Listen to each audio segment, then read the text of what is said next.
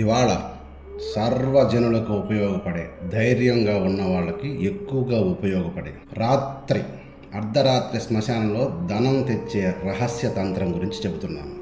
సావధానంగా వినండి. ఈ సాధన పేరు శ్మశాన లక్ష్మీ సాధన అంటారు. మన సంస్కృతిలో లక్ష్మి అనగానే ధన సంపదని, ఐశ్వర్యం గుర్తొస్తాయి. అయితే అందరికీ తెలిసిన లక్ష్మీ రూపాలతో పాటు ఒక రహస్యమైన శ్మశాన లక్ష్మి అనే రూపం కూడా ఉందనే విషయం మీకు తెలుసా?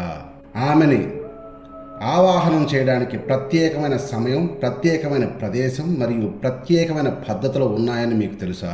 ఈ వీడియోలో మనం అర్ధరాత్రి శ్మశానంలో ధనాన్ని తెచ్చే తంత్రం గురించి తెలుసుకుందాం. ఇవాళ సావధానంగా వినండి. శ్మశాన లక్ష్మి ఆమెని మీకు పరిచయం చేస్తున్నా. ఇవాళ చూసుకోండి, వినండి, పూర్తిగా జాగ్రత్తగా వినండి. శ్మశాన లక్ష్మి అనేది తాంత్రిక శక్తుల్లో అత్యంత గోప్యమైన రూపం. ఆమె శ్మశానాలు, చితికిన ప్రదేశాలు వంటి వాతావరణంలో ప్రత్యక్షమవుతుంది. చితి బాగా వెలిగే ప్రదేశంలో కూడా ప్రత్యక్షమవుతుందని తెలుసుకోండి. ఆమె అనుగ్రహం పొందిన సాధకుడికి అనూహ్యమైన ధన ప్రవాహం వస్తుంది అనడంలో సందేహం ఏమాత్రమూ లేదు. కానీ ఈ పద్ధతి కరెక్ట్గా చేయకపోతే ఆపదలు, భయంకర పరిణామాలు ఎదుర్కోవాల్సి ఉంటుందనే విషయాన్ని గుర్తుంచుకోండి. ఇకపోతే ఇక్కడ మంత్రం చెబుతున్నాను, సావధానంగా విని చేసుకోండి. ఓం హ్రీం శ్రీం క్లీం శ్మశాన లక్ష్మీ నమః. ఓం ద్రాం ద్రీం ధ్రూం ధనమేవా వశం మమ స్వాహ అనే ఈ మంత్రాన్ని 108 సార్లు జపించాలి. సాధనా సమయంలో నల్లని వస్త్రాలు మాత్రమే ధరించాలి. జపం రాత్రి 12 గంటలకు ప్రారంభించాలి. ఈ విధానానికి కావాల్సిన పూజా సామాగ్రి చెబుతున్నాను, వినండి. నల్లని వస్త్రం, ఆసనం కోసం నల్లని నువ్వులు 250 గ్రాములు, నల్లని నువ్వులతో పెట్టిన దీపం వెలిగించాలి. ఆ నువ్వుల నూనెతో వెలిగించాలి దీపాన్ని. ఒత్తి ఏదైనా వేసుకోండి, ప్రమిద మాత్రం మట్టిది ఉండాలి. ఎర్రని మందార పూలు 8, శ్మశాన లక్ష్మీ యంత్రం లేదా చిత్రపటం ఇందులో నేను ఇస్తాను. ఒక వెండి నాణ్యం ఖచ్చితంగా ఉండాల్సింది. అది చిన్నదైనా పర్వాలేదు, ఎంతదైనా పర్వాలేదు. అర్ధరాత్రి పూజా విధానాన్ని చెబుతున్నాను, జాగ్రత్తగా వినండి. మొదటిగా శ్మశానం మధ్యరాత్రి 15 నిమిషాల ముందు చేరుకోవాలి. శ్మశానానికి మధ్యరాత్రి 12 గంటలకు అంటే ముందు 11:45 నిమిషాలకు చేరుకోవాలి. శ్మశానంలో వాయువు దిక్కు ముఖం పెట్టి నల్లని వస్త్రంపై కూర్చోవాలి. నల్లని నువ్వులు దీపం వెలిగించాలి. గాలి కారిపోకుండా భద్రం చేసుకోవాలి దాన్ని. దీపం ముందు వెండి నాణ్యం ఉంచాలి. ఎరుపు మందార పువ్వులు, నల్ల నువ్వులతో తయారైన యంత్రాన్ని పూజించాలి లేదా చిత్రపటాన్ని పూజించాలి. ఎరుపు మందార పూలతో, నల్లని నువ్వులతో యంత్రాన్ని కానీ చిత్రపటాన్ని కానీ పూజించాలి. పై మంత్రాన్ని 108 సార్లు జపించాలి. ఈ పూజ పూర్తయిన తర్వాత వెండి నాణ్యం తీసుకుని 7 రోజులు ఇంట్లో దాచుకోవాలి. 8వ రోజు ఆ నాణ్యాన్ని మీ పర్సులో కావచ్చు, మీ ధనం ఎక్కడైతే పెట్టుకుంటున్నారో అక్కడ భద్రపరచాలి.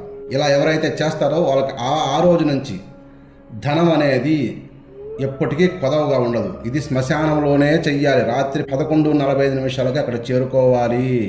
అర్ధరాత్రి 12 గంటల కంటే ముందు 15 నిమిషాల ముందు చేరుకోవాల్సి ఉంటుంది. ఈ సాధనలో జాగ్రత్తలు ఇక్కడ గుర్తుంచుకోండి. ఈ సాధనలో పాటించాల్సిన జాగ్రత్తలు: పూజ ఒంటరిగా చేయాలనే విషయాన్ని గుర్తుంచుకోండి. పూజా సమయంలో ఎవరితో మాట్లాడకూడదు. ఎవరైనా పలకరించినా నువ్వు మాట్లాడకూడదు పూజా సమయంలో. ఎందుకంటే ఈ సాధనలో అత్యంత భయం గొలిపే కొన్ని మాయలు కలుగుతాయి. వాళ్ళు నిన్ను పూజ చేయకుండా ఆపుతూ ఉంటారు. కనుక భయపడాల్సిన అవసరం లేదు. ఎందుకంటే నువ్వు వెళ్ళింది ఒక్కడివే అనే విషయాన్ని గుర్తుంచుకో. అక్కడ ఎవరు నీతో మాట్లాడినా నువ్వు వాళ్ళకి తిరిగి సమాధానం చెప్పకూడదు. ఈ సాధనలో అంతా పూర్తిగా ముగించుకొని తిరిగి వచ్చిన తర్వాత ఇంట్లోకి వెళ్లే ముందు స్నానం చేయాలనే విషయాన్ని ఖచ్చితంగా గుర్తుపెట్టుకోండి సాధకులాది. ఇది తమాషాగా చెయ్యొద్దు. నిజంగా ధైర్యం ఉన్న వ్యక్తులు మాత్రమే ఈ సాధన జోలికి వెళ్ళండి. దుర్బల చిత్తులు ఈ సాధన జోలికి వెళ్ళొద్దు. ధనం మీద వ్యామోహంతో పరిగెత్తద్దు. ఎందుకంటే అక్కడ శ్మశాన వాతావరణంలో భయానక బీభత్సమైన స్థితులు కలుగుతాయనే విషయాన్ని గుర్తుంచుకోండి ఈ సాధనలో. ఇక ఫలితాలు: ఈ సాధన పూర్తి చేసుకున్న సాధకుడి ధన ప్రవాహం ప్రారంభమవుతుంది. ధనం రావడం కాదు, ప్రవాహంగా ప్రారంభమవుతుంది. అతను వ్యాపారం చేస్తే వ్యాపార అభివృద్ధి అనేది అంతా ఇంత కాదు, ఒక వర్షం పడినట్టే ఉంటుంది. అప్పుల నుండి విముక్తి, ఐశ్వర్యం రోజు రోజుకి గంటకి పెరుగుతుందనే విషయాన్ని గుర్తుంచుకోండి. నువ్వు అక్కడి నుంచి తెచ్చుకున్నటువంటి వెండి నాణ్యం అత్యంత భద్రంగా దాచిపెట్టుకోవాలనే విషయాన్ని గుర్తుంచుకో. ఎప్పుడైతే వెండి నాణ్యాన్ని నువ్వు పోగొట్టుకుంటావో ఆ రోజు నుంచి నువ్వు దుర్భరమైన స్థితికి వెళతావనే విషయాన్ని గుర్తుంచుకో సాధకుడా. ఈ సాధన అనేది కేవలం ధన ప్రాప్తి కోసమే కాదు, తాంత్రిక సిద్ధుల కోసం, తాంత్రిక నియమాలు పాటిస్తూ సర్వశక్తుల్ని సద్వినియోగం చేసుకోవడం కోసం కూడా అనే విషయాన్ని గుర్తుంచుకోండి.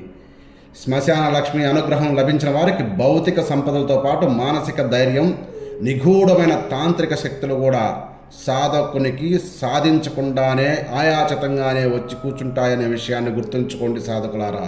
ఇది అత్యంత గోప్యము, అనంత శక్తివంతము మరియు భీభత్సమైన భయానక రూపమనే విషయాన్ని గుర్తుంచుకోండి. శ్మశానంలో నీకు తెలిసిన శ్మశానమైన సాధనా సమయంలో అత్యంత శక్తి సమాన్వితంగా శక్తి మూర్తీభవించినట్టు దుష్టశక్తుల సమూహం నీ యందు ఈ సాధనని ఉండకుండా చేయడానికి నిరంతరం ప్రవర్తిస్తూనే ఉంటాయి, ప్రచారం చేస్తూనే ఉంటాయి, నిన్ను భయపిస్తూనే ఉంటాయి అనే విషయాన్ని గుర్తుంచుకో సాధకుడా. గుర్తుంచుకొని ఈ సాధన చేయి. సాధన చేసి ధన ప్రవాహం, ధనం లేమి అనే స్థితి కాకుండా, శక్తి లేమి అనే స్థితి కాకుండా అనంతమైన సంపత్తు అవుతుంది. ఇది తాంత్రిక రహస్యం అనే విషయాన్ని గుర్తుంచుకో. ఈ రహస్యాన్ని నువ్వు తెలుసుకున్నప్పుడు మాత్రమే ఈ సాధనకి నువ్వు వెళ్ళు. ఇది అత్యంత గోప్యమైన సాధన.